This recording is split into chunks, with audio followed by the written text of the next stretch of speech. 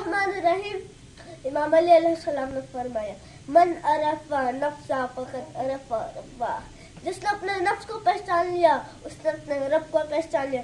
کیوں امام علیہ السلام نے ایسے نہیں فرمایا من عرف ربہ فقط عرف نفسہ؟ کیونکہ جب ہم اپنے شریر پر دقت کرتے ہیں تو آنکھ کو دیکھتے ہیں تو سوچتے ہیں دیکھنے کے صلاحیت کس نے دی. کان کو دیکھتے ہیں تو سوچتے ہیں سننے کی صلاحیت کس نے دی. ناک کو دیکھتے ہیں تو سوچتے ہیں سونگھنے کی صلاحیت کس نے دی. منہ کو دیکھتے ہیں تو سوچتے ہیں بولنے کی صلاحیت کس نے دی. دانت کو دیکھتے ہیں تو سوچتے ہیں چبانے کی صلاحیت کس نے دی. زبان کو دیکھتے ہیں تو سوچتے ہیں چکھنے کی صلاحیت کس نے دی. ہاتھ کو دیکھتے ہیں تو سوچتا ہے چھونے اور پکڑنے کی صلاحیت کس نے دی. پیر کو دیکھتے ہیں تو سوچتے ہیں کھیلنے اور کودنے چلنے اور دوڑنے کی صلاحیت کس نے دی.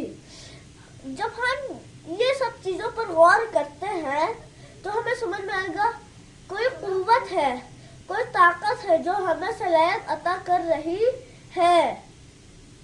وہ قوت، وہ طاقت اور جو صلاحیت عطا کر رہے وہ وہی خدا ہے. اسی لیے ہمیں پہلے اپنے نفس کو پہچاننا چاہیے، پھر اپنے رب کو پہچاننا ہے. اسی لیے امام علیہ السلام نے فرمایا من عرف نفسہ فقط عرف ربہ. یہ نہیں فرمایا کہ من عرف ربہ فقط عرف نفسہ. والسلام علیکم ورحمۃ اللہ وبرکاتہ.